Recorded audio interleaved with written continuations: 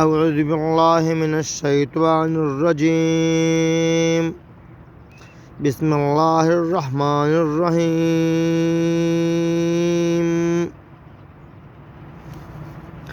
قال الله تعالى: وللرجال عليهن درجة والله عزيز حكيم. نن زمون موضوع دا د خاوند درجه او مقام الله تعالی خاوند لا په ښځه باندې غورواله او درجه ورکړې ده او ښځې له د خپل خاوند د حقوقو په پوره ادا کولو د هغې په تابعدارۍ ډېر انعامات مقرر کړي دي او د خاوند په نافرمانۍ ورته سختي رټنه او سزاګانې هم اورولې دي چې د هغې ذکر په قرآن او حدیث کې راغلی دی. اول دا چې په ښځه باندې د خاوند لویه او اوچته درجه ده. قرآن کریم کې الله تعالی په سورة بقره کې آیات 220 کې فرمایي: وللرجال علیهن درجة والله عزیز حکیم. او د پاره د نارینه‌و په هغې باندې اوچته درجه ده او الله تعالی ډېر زړور حکمتونو والا دی. د ښځې په مقابله کې د خاوند دومره لویه مرتبه ده که چېرې په دنیا کې د الله تعالی نه علاوه چاته سجده جایز او روا وي نو ښځې ته به دا حکم وي چې خپل خاوند ته سجده وکړه. حدیث کې راځي د ابي هريره رضی الله تعالی عنه نه روایت دی چې نبی کریم صلی الله علیه و آله وسلم فرمایلی دي که چېرې ما چاته حکم کولی چې چاته دې سجده وکړي نو خامخا بیبي ته مې حکم کړی وی چې خپل خاوند ته سجده وکړي. دا حدیث ترمذی راغستی دی. دا مخکې حدیث را روان دی. ابو سعید حضری رضی الله تعالی عنہ فرمایي رسول الله صلی الله علیه و آله وسلم لا یو سړي خپل لور راوستله او عرض وکړو: دا الله رسوله دا زما لور ده، د واده کولو نه انکار کړی دی. هغې ته رسول الله صلی الله علیه و آله وسلم وفرمایل: د خپل والد خبره ومنه. هغې وویل: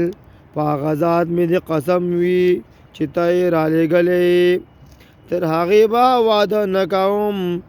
تر دې چې تاسو ما ته ووایئ چې په یوې ښځې باندې د خاوند څه حق دی. نو نبی کریم صلی الله علیه و آله وسلم وفرمایل: د یو خاوند په خپله ښځه باندې دا حق دی چې که چېرې په خاوند باندې دانه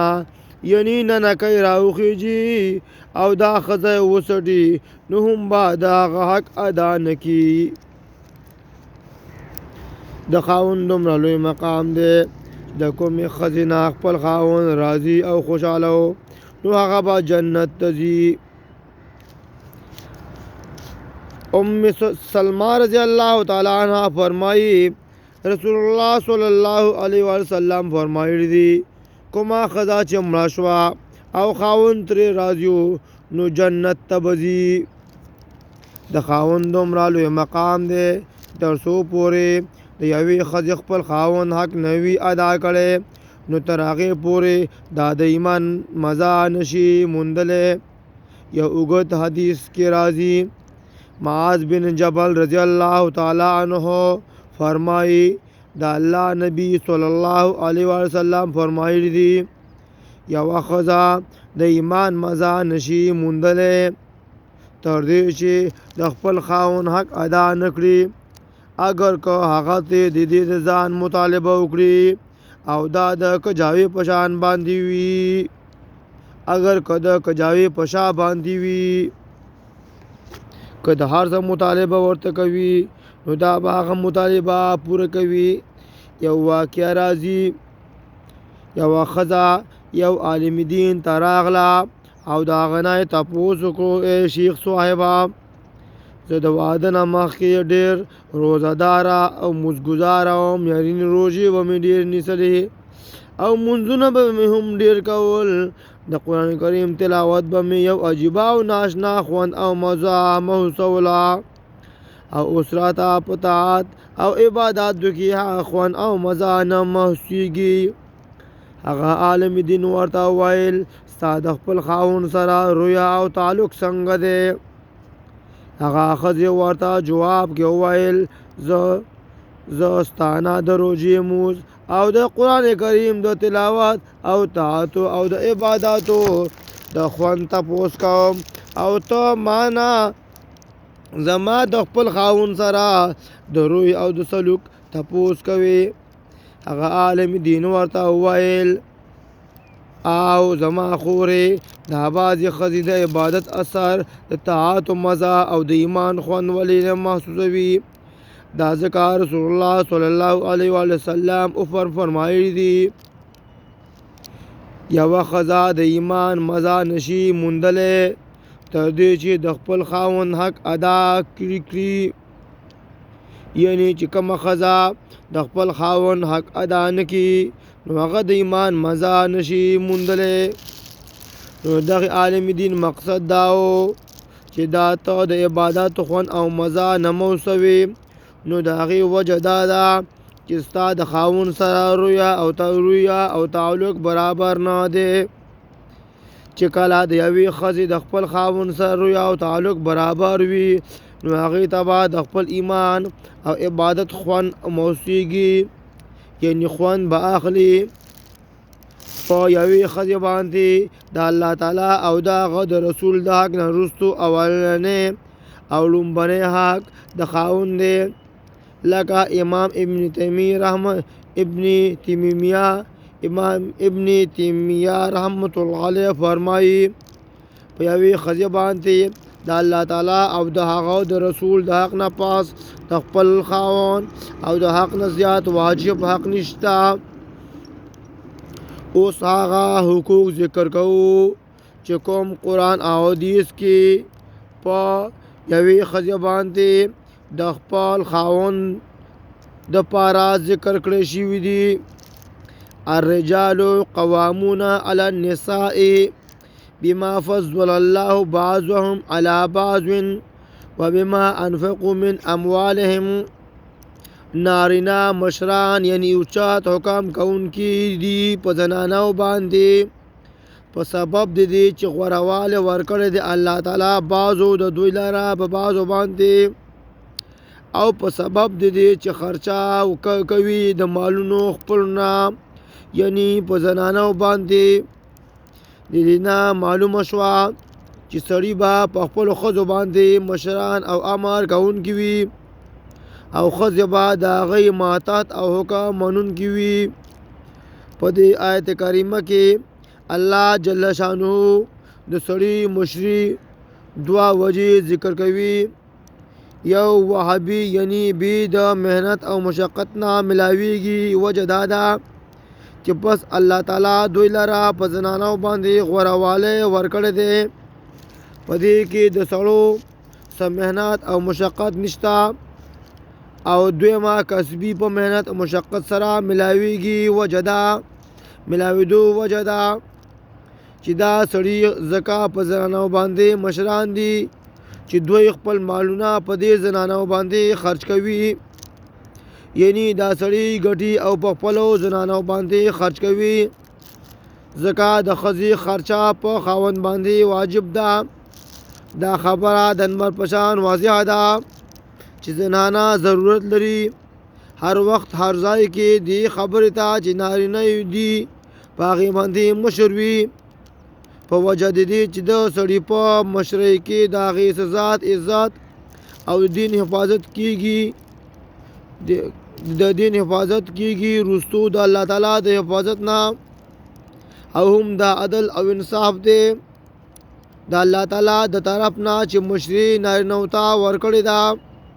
ځکه چې زنانه د عقل او د بدن قوت او په طاقت کې نارینه ته نه رسي بلکې په دین کې داسې ډېر عبادات دي چې هغه صرف په نارینه باندې لازم دي او هم د دې د لاسه الله تعالی هم نبوت زنانه ته نه دی ورکړی مشري دا د سړي حق دی په ښځه باندې دا نه چې ښځه به په خپل خاوند باندې مشره او حکم کوونکې وي سړي په ښځه په سړو باندې مشره نشي جوړېدی که هغه مشري د کور وي که د کلي وي او که د ملک وغیره وي اول خو دا چې د ښځې مشري هدهد یعنی ملا چرګک هم نه دا خوښ کړی صورت نمل کې الله تعالی د هدهد یعنی د ملا چرګک واقعه ذکر کړی دا کله چې سلیمان علیه السلام د مارغانو حاضر اخیستله نو هدهد یعنی ملا چرګکي ونه مونتو چې هغه سبا علاقې ته تلو چې راغی سلیمان علیه السلام ته وایي چې د هغې ترجمه دا ده راګیر کړی دی ما په خپل علم کې هغه چې تا نه دی راګیر کړی هغې لره او راوړی دی ما تا د سبا ښار نه یو خبر یقینا ما وموندلو یوه ښځه چې بادشاهي کوله په هغې باندې او ورکړی شوی هغې ته هر ضروري څیز او هغې لره تخت لوی دی یعنی قیمتي شان والا نو علما فرمایي هدهد یعنی ملا چرګک دې خبرې غوسه کړی و چې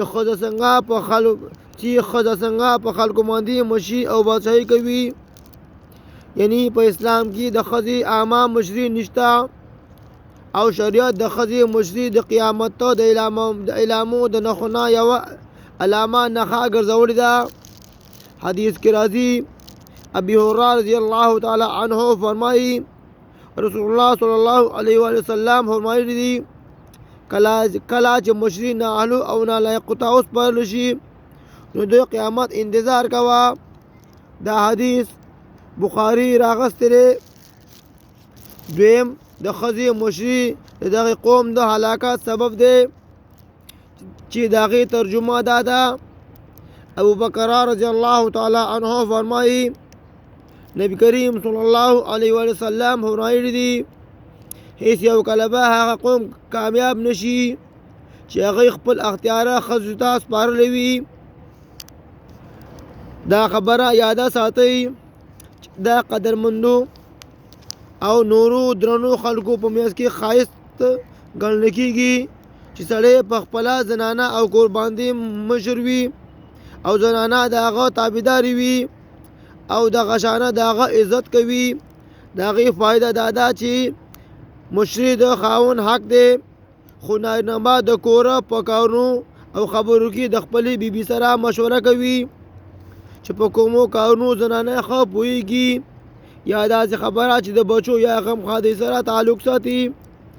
زموږ د خبرې هرګز دا مطلب نه دی چې ښځه بالکل د